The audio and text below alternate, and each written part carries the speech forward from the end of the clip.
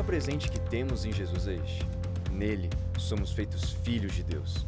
A família biológica deveria ser o primeiro lugar a nos ensinar sobre a paternidade de Deus. Acontece que muitos de nós sofreram as feridas do abandono, da rejeição e da inadequação, refletindo na forma como enxergamos a Deus e como nos vemos com relação a Ele. Deus nos convida para viver uma vida plena a partir da sua paternidade. Mas para isso, precisamos primeiro abrir o coração e permitir que Ele restaure a nossa filiação. Vamos aprender como desfrutar de uma paternidade bem resolvida em nossa família biológica, na segunda mensagem desses 21 dias de filiação. Acompanhe também o devocional 21 dias de filiação, disponível gratuitamente no aplicativo da Bíblia YouVersion.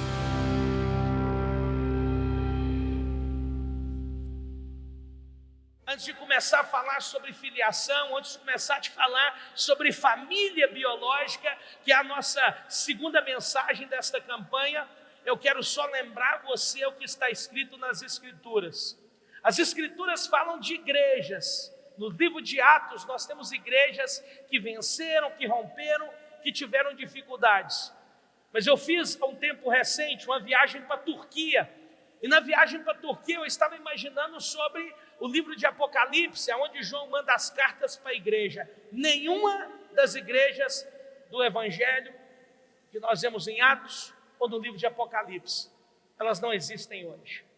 A igreja de Éfeso, que era uma igreja parecida com a igreja da cidade, uma igreja que era uma igreja catalisadora, ela não existe mais. Eu quero falar isso e voltando para a igreja de Éfeso, porque eu me identifico com vocês muito como a igreja de Éfeso. Lembre-se de uma coisa, não esqueça nunca de voltar para o primeiro amor. Pastor, por que o senhor está dizendo isso? O que Deus tem feito aqui nessa terra, São José dos Campos, através de vocês, vocês não podem ficar acostumados, porque o melhor de Deus ainda está por vir. Não acostume com aquilo que vocês já receberam, mas tenham aquela visão de que Deus vai fazer muito mais. A igreja família é uma igreja que trata de orfandade, e que a orfandade, ela nasce no coração de Lúcifer, por isso que não é característica da igreja de Jesus. A orfandade é o fruto do pecado original de Gênesis 3, onde nós, por intermédio da graça, através de Jesus, nós fomos lavados e remidos pelo sangue de Jesus, e a orfandade não faz parte mais do nosso estilo de vida. A orfandade, ela promove sequelas na alma, e é sobre isso que nós vamos estar conversando nessa manhã, em que fazemos uma conversa sobre família biológica. Os Estados Unidos se levanta depois da Segunda Guerra Mundial como a superpotência do mundo. Um país que, quando os missionários foram enviados para cá, os Estados Unidos não era rico. Por volta de meados de 1800, ainda no século XIX, início do século XX, aí sim que inicia uma ascensão. Mas eu venho de uma terra onde esse império está em declínio, onde você olha para o sistema público de ensino, está em declínio, onde você vê as grandes universidades americanas, que tem muito mais marca de qualidade de ensino, e onde você vê uma sociedade totalmente desintegrada. E pastor, qual é a razão disso? Por incrível que pareça, o governo norte-americano, e especificamente o governo de Massachusetts, ele coloca a culpa dos grandes problemas sociais da América pelas casas ou famílias monoparentais. Não existe mais a paternidade presente nos lares americanos. São dados científicos, e eu gostaria que compartilhasse na tela para você ver que isso não é só apenas uma proposta de uma campanha. No reino do Espírito, a América está agonizando como o mundo inteiro, onde o estado de Massachusetts traz a porcentagem de crianças, e pasmem, só nos Estados Unidos, nós temos hoje mais de 25 milhões de crianças que vivem em lares monoparentais. A questão vai na economia, lares que são mais pobres, lares que não têm acesso à saúde pública, e os gráficos, vai compartilhando aí, são gráficos oficiais aonde a pobreza está relacionada à falta de paternidade, a falta de sucesso na área acadêmica ou na área de estudos, as pessoas desistindo de estudar, está ligada à falta de pais nas casas, a questão financeira, o desenvolvimento econômico. Os Estados Unidos está de mal a pior, e o governo falou, o que está acontecendo com os Estados Unidos é porque não existe mais a família. E a família biológica é tão importante. É interessante que na história bíblica, no Evangelho de Lucas, capítulo 15, nós temos uma história interessante, a história do filho pródigo. E começa a história o seguinte: você já ouviu falar da história do filho pródigo? Disse o pai, Lucas 15, 31 a 32, meu filho, você está sempre comigo, e tudo que tenho é seu. Mas nós tínhamos que comemorarmos e alegrarmos, porque este teu irmão está morto e voltou à vida, estava perdido e foi achado. Esse é o momento da história em Lucas 15, que o filho mais velho, ele questiona o pai, por que ele celebra, por que ele está feliz que o filho mais novo, o filho rebelde, o filho que abriu mão da paternidade, o filho que tinha um interesse que não era um interesse mais principal, por que o pai se alegra com o retorno de um filho que era rebelde?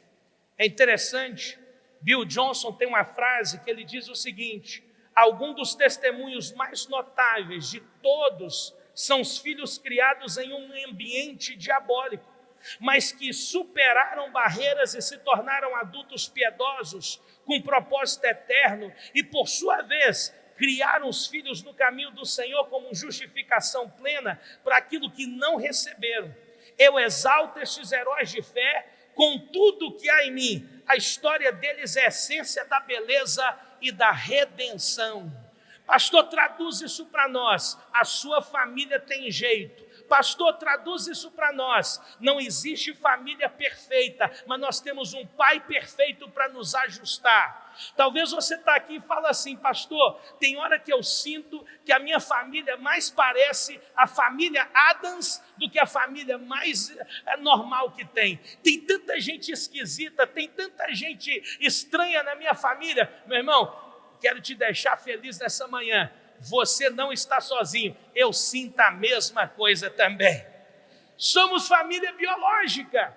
Nos Estados Unidos, sempre, vocês lembram da figura do Billy Graham. É interessante que o William Graham teve fazendo uma cruzada, o neto do Billy Graham, depois o Franklin Graham também fez uma cruzada na nossa região. Eu era pastor em Vermont, nós recebemos eles lá, e a gente estava lembrando de uma entrevista da mãe deles, a Ruth, que já está na glória, o Billy Graham, que já está na glória. E eu me lembro conversando com o William Graham, a gente falando, e ele estava assim: você lembra daquela entrevista da minha avó, que perguntaram para ela, isso ainda na década de 70, quando o divórcio começou a ser algo que virou moda nos Estados Unidos, perguntaram para a esposa do Billy Graham: a senhora já pensou em divorciar do doutor Billy Graham alguma vez? E no programa, ela, que tinha um bom senso de humor, respondeu assim: divorciar não, mas matar ele, muitas vezes eu já pensei em matar. E todo mundo riu. Eu sei que lá na sua casa você já pensou em matar, você já mentou em enforcar, mas pela graça de Deus você não fez isso. Agora, o mundo está ruim, porque na verdade o que está acontecendo é que a família está bagunçada. Aonde eu vivo, o maior problema que eu tenho são mulheres que ganham mais do que os maridos. E o que acontece? Os maridos não querem mais trabalhar, e a mulher chega e fala assim: pastor, eu não sei, aquele homem só fica jogando videogame agora e não quer trabalhar. E eu estou falando de gente de 40 anos, 45 anos, que fica só no Outra hora chega uma pessoa e fala para mim assim: pastor, conversa com ele. Fala: por que, meu irmão? O que está acontecendo? Ele não toca em mim, só toca na manete do videogame. Então o homem está prolongando a adolescência. E as mulheres estão pegando uma cruz que não é para ela carregar. É interessante. Lucas 15, 12 fala da história de uma pessoa que erra. É interessante que isso só acontece nos Estados Unidos, né?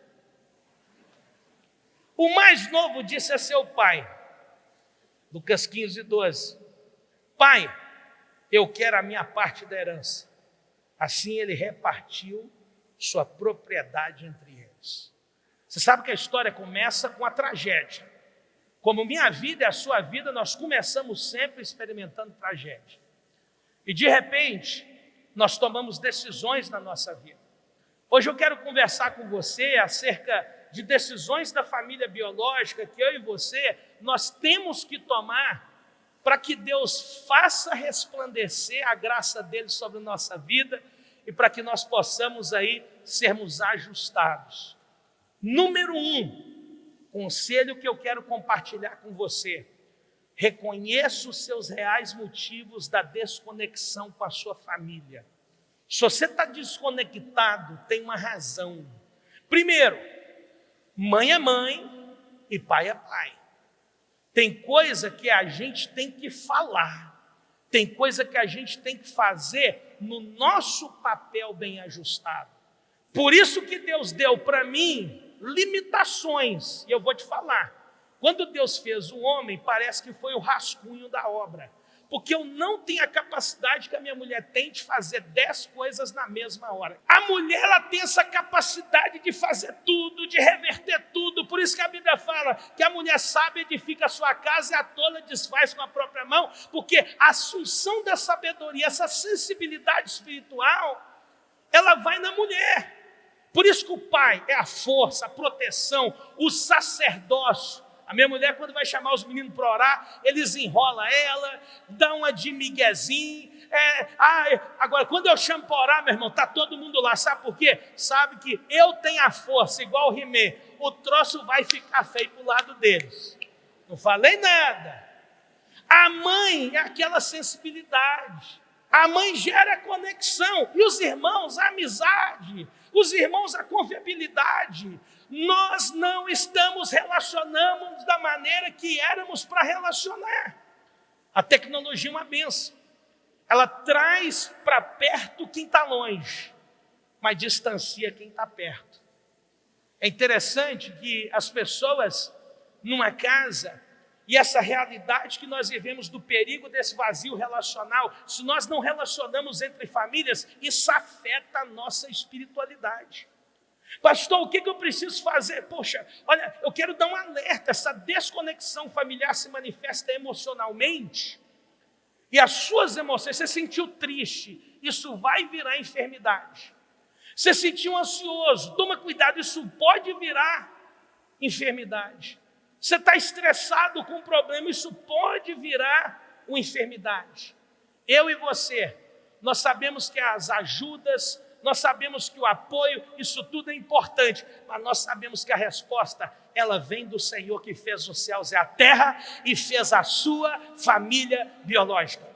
Eu tenho poder para escolher o que eu visto, o que eu como. Eu tenho poder de escolha, de saber o que eu quero fazer da minha vida. Se eu vou mudar de carreira, ou se eu vou investir mais na minha vida profissional. Se eu vou comprar isso, se eu vou comprar aquilo. Agora, a família biológica, entenda isso, igreja da cidade. A família biológica, Deus escolheu para você. E às vezes você se encontra nessa reunião e fala assim, pastor, a minha família é tão desconectada que eu não tenho família. Na verdade, pastor, eu nunca tive pai, nunca tive mãe.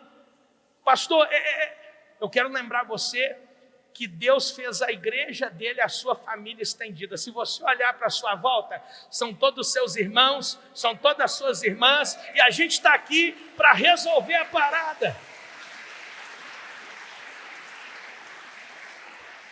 Agora, se você tem uma família igual a minha família, Adams Family, tararara, tararara. Eu não sei se você é o Frankenstein, se você é o vampiro, eu não sei o que você é. Mas eu preciso, já que eu identifico, eu preciso caminhar numa escada. E o ponto 2 é esse, eu preciso reagir contra as disfunções emocionais que eu adquiri dentro do meu sistema, da minha família biológica. Alguém fala assim, pastor, como assim? O que eu sou hoje é resultado de coisas que a gente adquire. O ser humano é um ser tão brilhante que a gente aprende as coisas. E se existe uma ação dentro da família biológica, eu preciso reagir positivamente até contra aquelas forças que foram negativas. Vou dar um exemplo. Aquelas pessoas que quando pais são inexistentes, os filhos têm uma tendência de ser solitários. Aquelas pessoas que quando os pais são separados, os filhos têm uma tendência de ser mais frágeis. Aquelas pessoas que quando os pais são rígidos, os filhos são insensíveis. Quando os filhos eles são insensíveis por conta da rigidez, aí nós temos aqueles pais que são isolados, as pessoas têm medo de relacionar e os filhos são pessoas superficiais. Quando os pais são super protetores, e aí vou falar para as mamães agora, deixa seu filho bater a cara, deixa seu filho cair, não vai morrer, é difícil matar esse trem. Quando o meu menino adoecia, eu levava para o pediatra, minha esposa chorava, e o doutor Fausto falava assim, Ana Paula, é difícil matar esse trem, não morre fácil não, e nós queremos proteger os filhos. Se o seu filho for super protegido, ele vai virar medroso. E uma das coisas que é lei de Deus é que no amor não há medo. No amor não há medo. No amor não há medo. Eu vivo no meio de pessoas que usam drogas, porque maconha, aonde eu vivo, é liberado mais do que Tilenol. Aí me fala uma coisa, meu Deus, você vai ter que mudar de lá, pastor. Não, eu não vou super proteger meus filhos, não. Sabe por quê? Esse é o mundo que existe aí fora. Eu vou investir neles para ele ter a força do evangelho em Jesus, para na hora H ele dizer não. Tem pai que acha que na escola do filho dele está tudo ok. Não, está tudo não ok.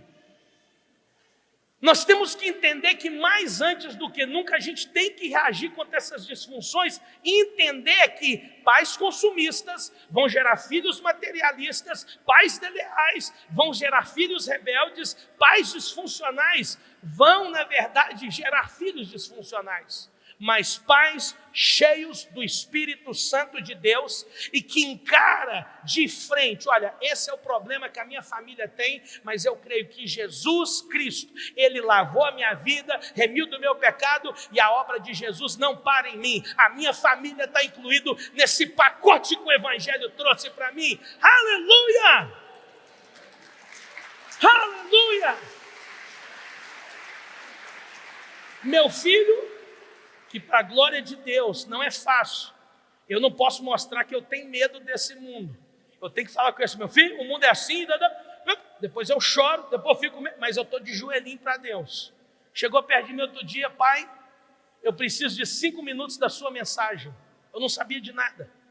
Como assim, meu filho? Aliás, ele pediu 10, eu reduzi para 5. Que pastor é assim, você pede, eu reduzi para 5. Eu não entendi. Ele nunca tinha feito nada na igreja com relação à pregação, a nada. E ele falou, meu PowerPoint já está pronto.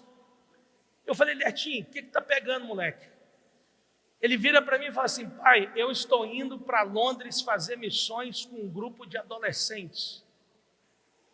E não é Londres do rei Charles, não.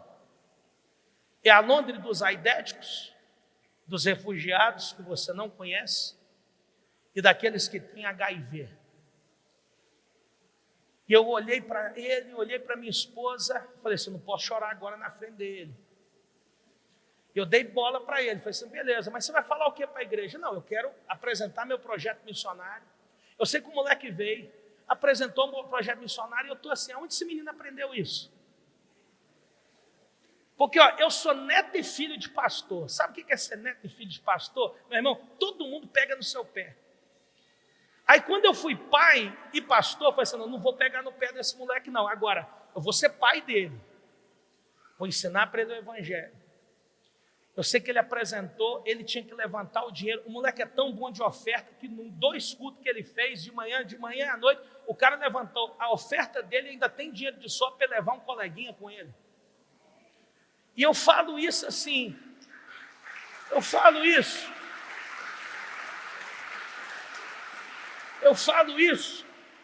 porque eu não vivo em Éfeso dos apóstolos. Eu não vivo na terra do avivamento. Para mim, vir para a igreja de São José é como eu estou aqui me reabastecendo. Eu sou da Macedônia. Eu sou de um lugar que, para o meu filho ser evangélico e cristão, ele tem que lutar. Porque menos de 1% da população da minha cidade conhece Jesus. Eu sou de um lugar e eu quero te encorajar a não ter medo e não sobreproteger seu filho. Ame ele e ensine o evangelho para ele.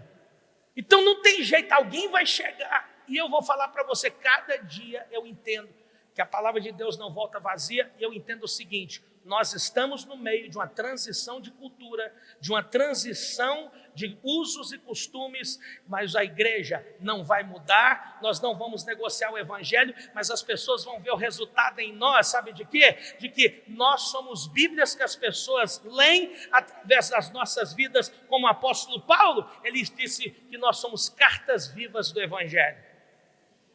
Não tenha medo. Mas a minha família precisa de ajustes como a sua. Eu estou no meio de uma guerra cultural. Eu estou no meio de uma guerra de transição de mentalidades, de agendas que são agendas que não são agendas do reino. Eu preciso, para vencer essa batalha, eu preciso ir mais profundamente na questão da paternidade. Meus filhos têm um pai.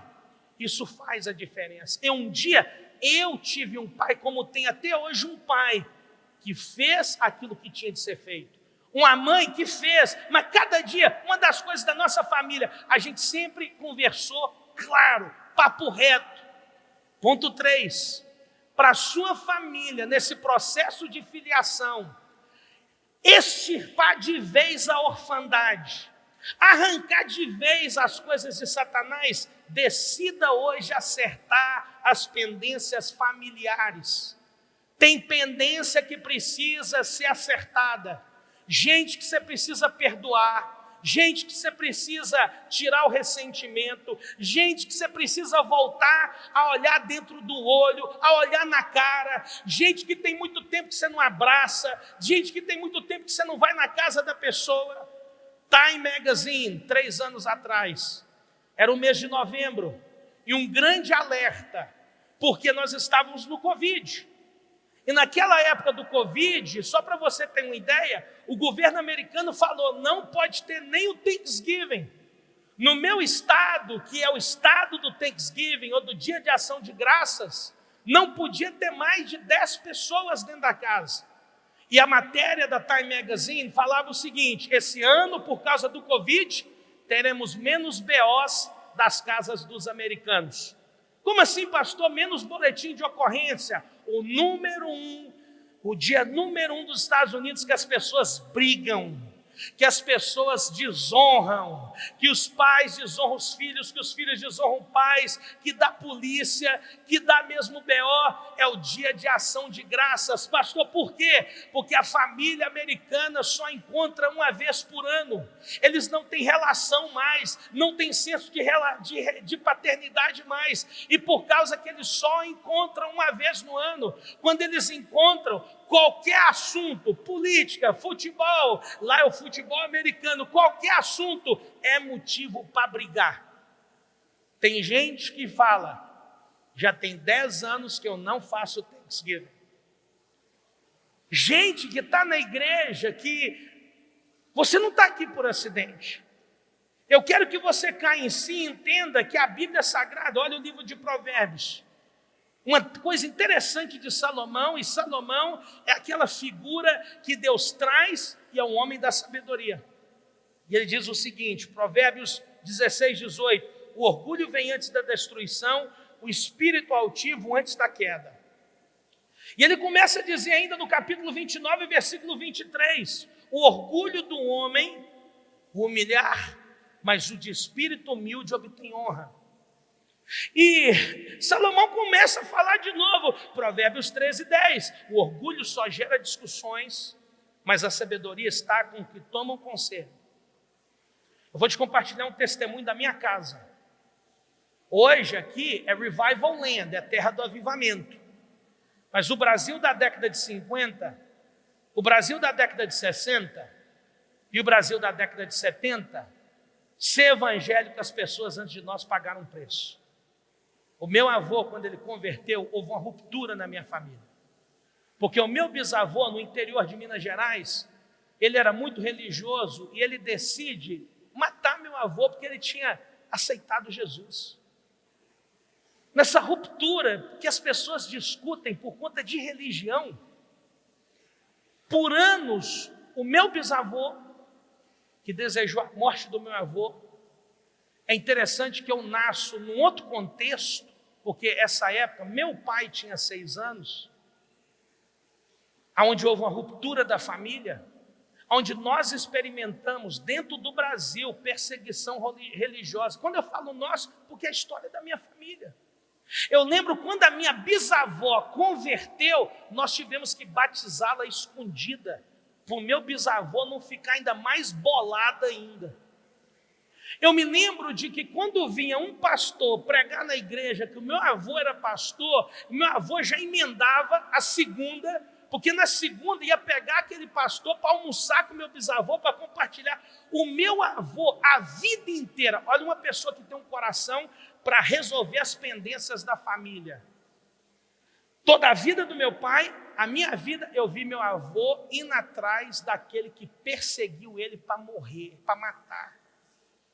Sabe o que aconteceu? Graças a Deus, só tem happy end quando você anda com Jesus. O melhor sempre está por vir quando você anda com Jesus. Meu bisavô faleceu convertido ao Evangelho. Louvado seja Deus.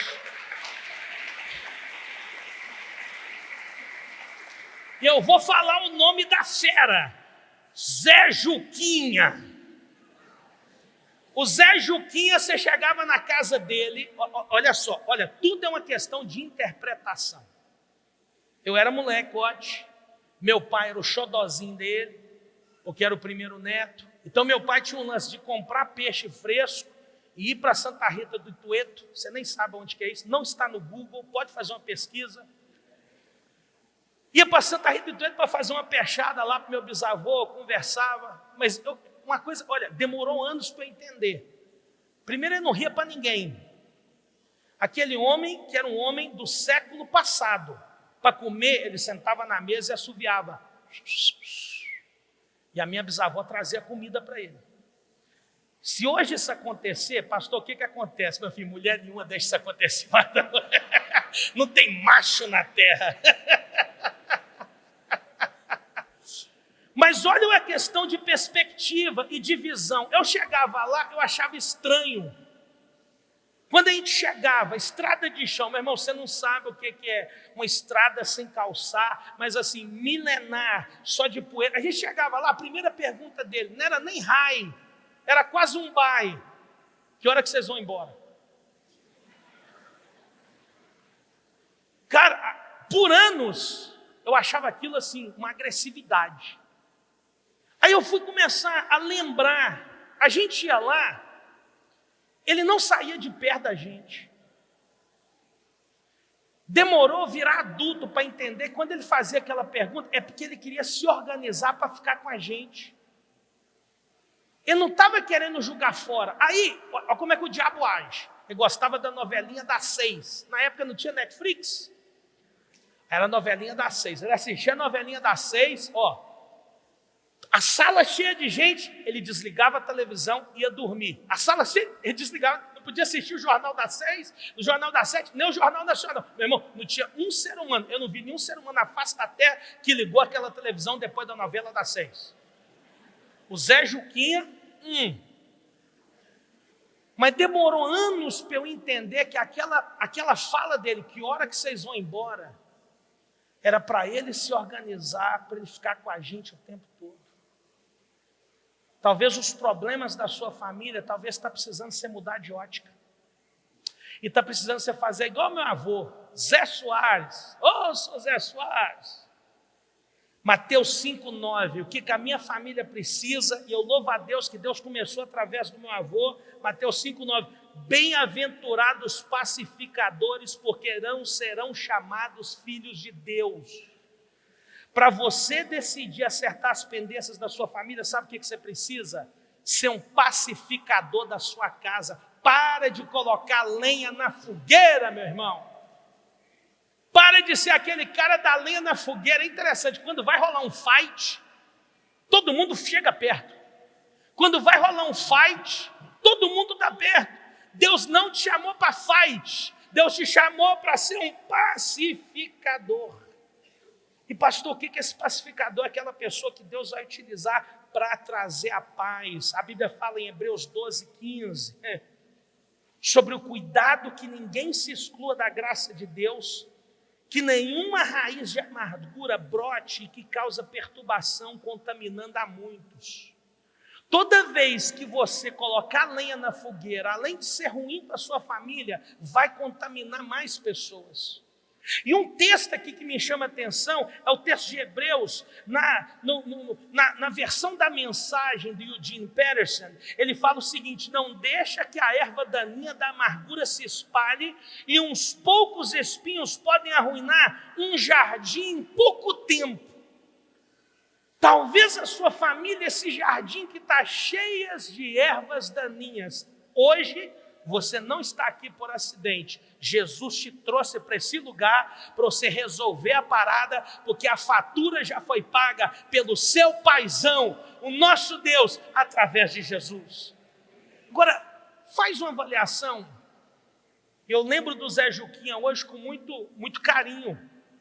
E sou um fãzão do meu avô, o Zé Soares, porque ele foi o pacificador da história. É interessante que a história conta o seguinte, olha o que a história fala. Quando o meu bisavô sai para matar o meu avô, o que acontece? Deus é Deus.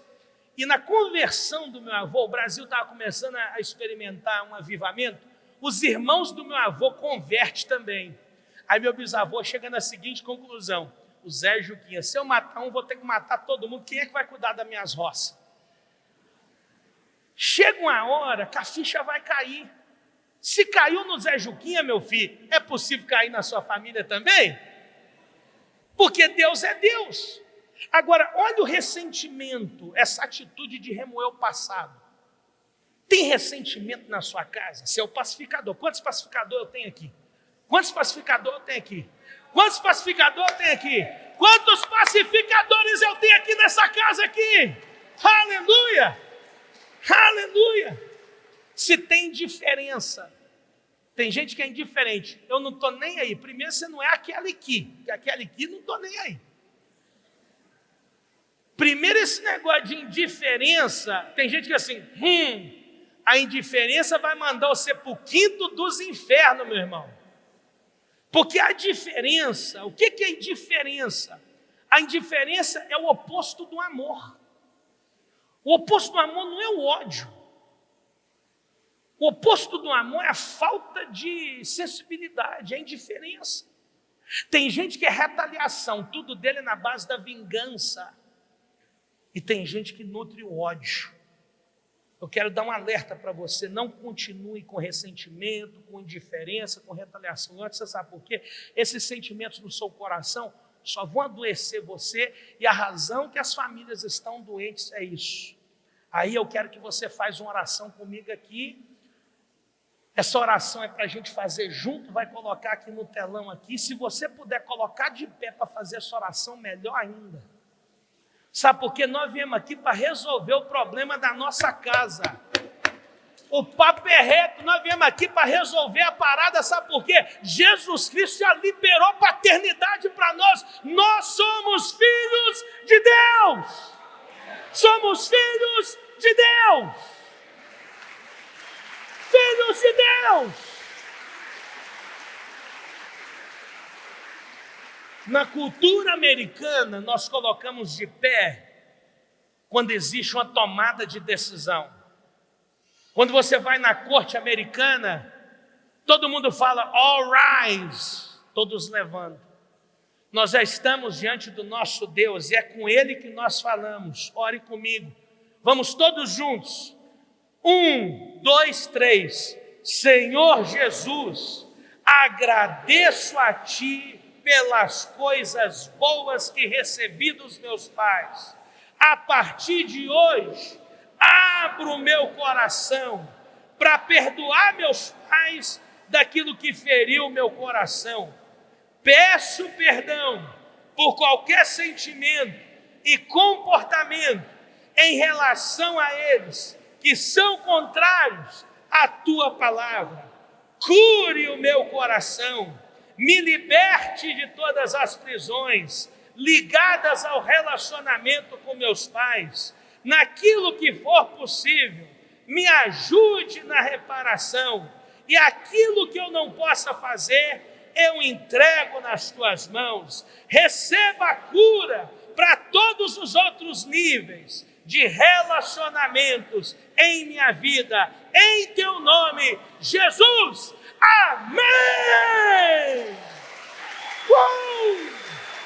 Show!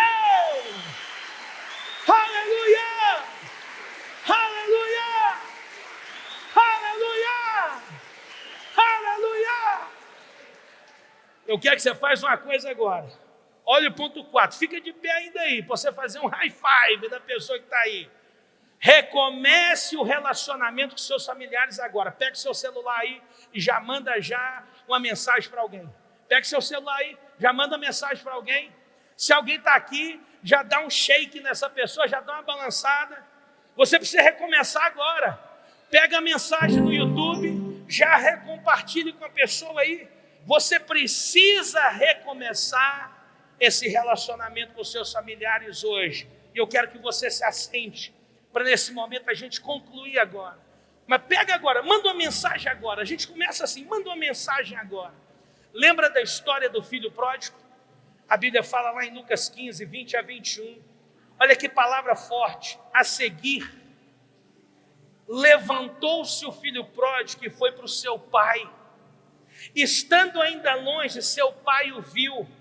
Cheio, olha que coisa boa, cheio de compaixão, correu para o seu filho e o abraçou e beijou. O filho lhe disse: pai, pequei contra o céu e contra ti, não sou mais digno de ser chamado o seu filho. Nesse momento, existe aqui na verdade, o filho pródigo, ele reconhece o erro dele e se reconcilia com seu pai. As pessoas que estão aí fora, tem gente difícil em todos os lugares. Tem gente difícil no trabalho, tem gente difícil na família da gente, tem gente difícil até quando você olha para o espelho, você não se aguenta. Tem dia que eu olho para mim e eu chego na seguinte conclusão: como é que a Ana Paula casou com isso? E aí, eu e você, nós temos que entender que um dia a ficha vai cair. Mas antes, eu preciso entender, quando eu oro para Deus mudar uma pessoa, guarde isso no seu coração. Quando eu oro para Deus mudar uma pessoa, ninguém muda ninguém a não ser Deus. Eu preciso fazer a seguinte pergunta: ah, Deus, eu estou orando para mudar a fulana. Será que o Senhor na verdade não quer me mudar primeiro?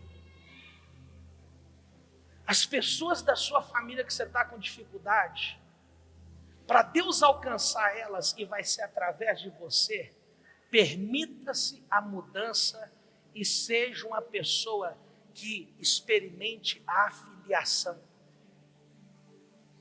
É interessante que o texto deixa claro aqui para nós.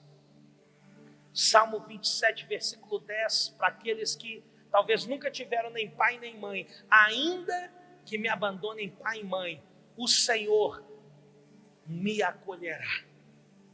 Salmo 71, versículo 6, desde o ventre materno dependo de ti, tu me sustentaste, desde as entranhas da minha mãe, eu sempre te louvarei. Você é marca de Deus e é escolhida de Deus desde o início. E aí eu falo para você, hoje é dia de mudança de chave na sua vida e na sua família. Mas a sua família só vai permitir ser mudada se você mudar primeiro. Glória a Deus, que bom que você recebeu esta palavra da fé, essa mensagem, o Espírito Santo agiu e certamente agora é hora de você poder dar uma resposta para Deus. À luz do que você recebeu nesta mensagem de fé, pregada com tanto amor, uma mensagem bíblica de Deus para o seu coração, é hora de você dar uma resposta para o Senhor. E eu quero convidar você a dar uma resposta e quero fazer 3 convites para você. Aí na sua tela agora aparece um QR Code e um número de WhatsApp para que você que tomou uma decisão possa então entrar em contato conosco agora. O primeiro convite é se você ouviu esta mensagem e quer tomar uma decisão de arrependimento e de receber Jesus no seu coração como Salvador e Senhor da sua vida agora.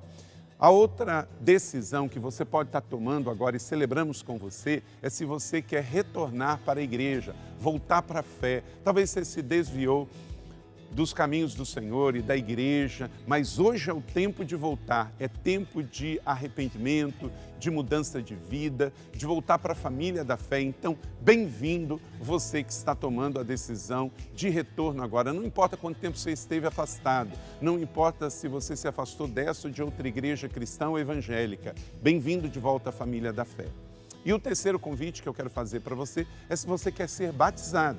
Então, se você quer ser batizado em águas, se você está em São José dos Campos ou em qualquer cidade onde temos uma igreja da cidade ou aí na sua cidade, entre em contato conosco agora, pelo WhatsApp ou pelo QR Code e diga, eu aceitei Jesus, eu quero ser batizado, eu não tinha sido batizado em águas ainda, no batismo de imersão, que é o batismo que Jesus viveu lá no Rio Jordão, sendo batizado por João Batista, e eu quero ser batizado em águas também. Então, entre em contato conosco. Amém? Então, bem-vindo à família da fé. Parabéns por tomar uma destas decisões hoje, após ouvir esta mensagem.